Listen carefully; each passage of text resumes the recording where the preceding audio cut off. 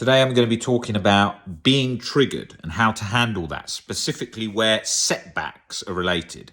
So what tends to happen with OCD recovery is when we get a setback, we get incredibly frustrated, we get incredibly stuck, and we think, oh my God, this is the worst thing. I've brought this on myself. How could I be so stupid, possibly, to think up something from the past, go through that in my head, and then get myself completely stuck and feeling like I'm back at square one. Maybe it's an old fear that's been laying dormant for years, and you suddenly started just venturing into it like, am I still scared with this? Let me just think about that again. And bit by bit by bit, it's got its claws in, it's got latched, it's got hooked on, and you're thinking, why did I do this to myself? Well, you actually didn't do this to yourself. You're actually just thinking, as humans do. And anything that we're scared of, we're going to be watching carefully and looking at. The same as why humans comfortable on the couch like to watch prison documentaries of very harsh life circumstances, because when they're on the couch nice and comfy, they're intrigued in the danger, they're intrigued in the scary stuff. Same as when you're driving down the motorway and there's been a crash,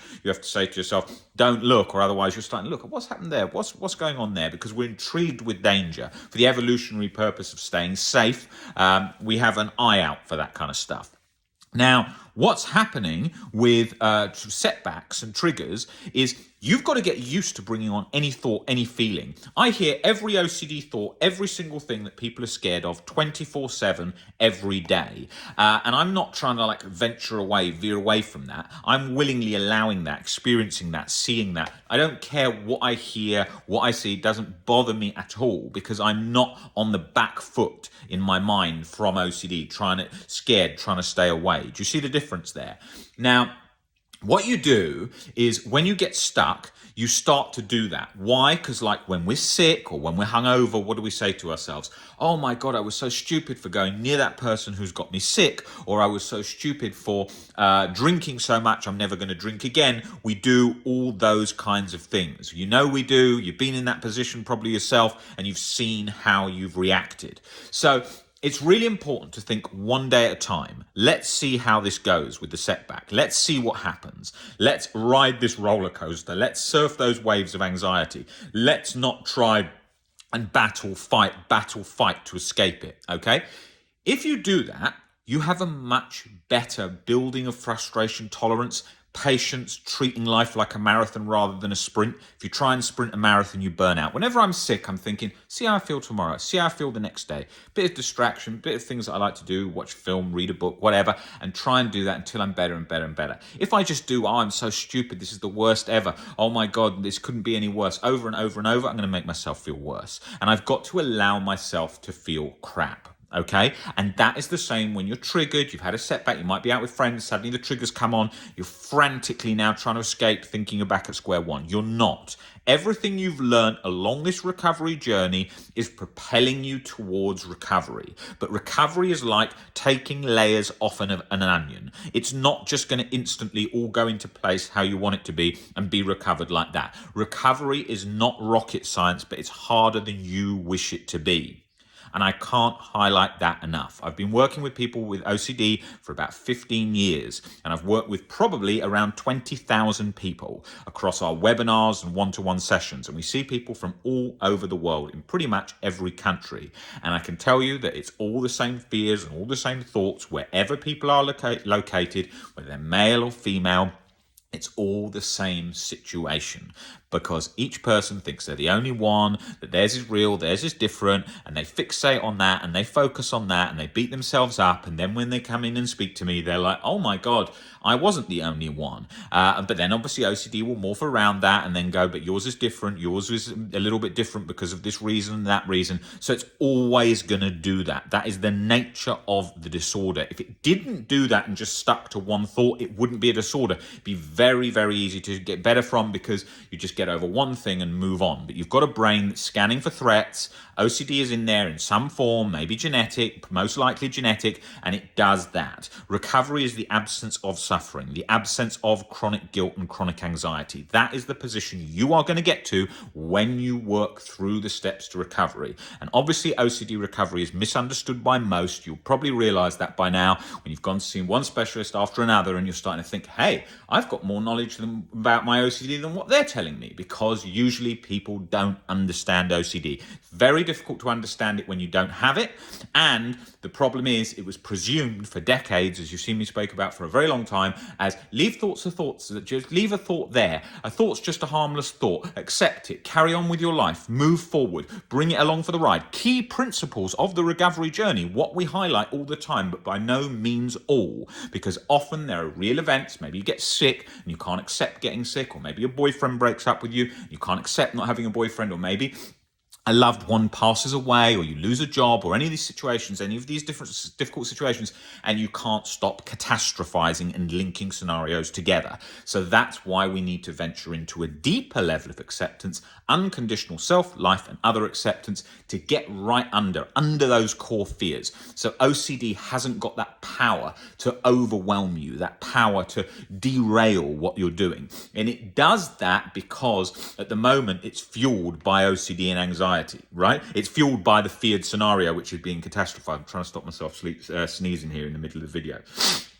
Now, the other thing that you want to think about is you want to think, how is OCD fueling this cycle? What is happening? How are my beliefs fueling this cycle? Perhaps your beliefs are, it would be so terrible, so awful if I get socially rejected. Those are the core beliefs of probably POCD, probably your harm OCD, possibly health OCD, if it's a particular illness, disease, HIV, herpes, something like that. It can be social rejection. So the core fears that are usually there all the time are, in a lot of cases, are fear of being socially rejected, fear of being an unbearable pain, fear of loss of finances, loss of house, loss of quality of life, or causing harm to another.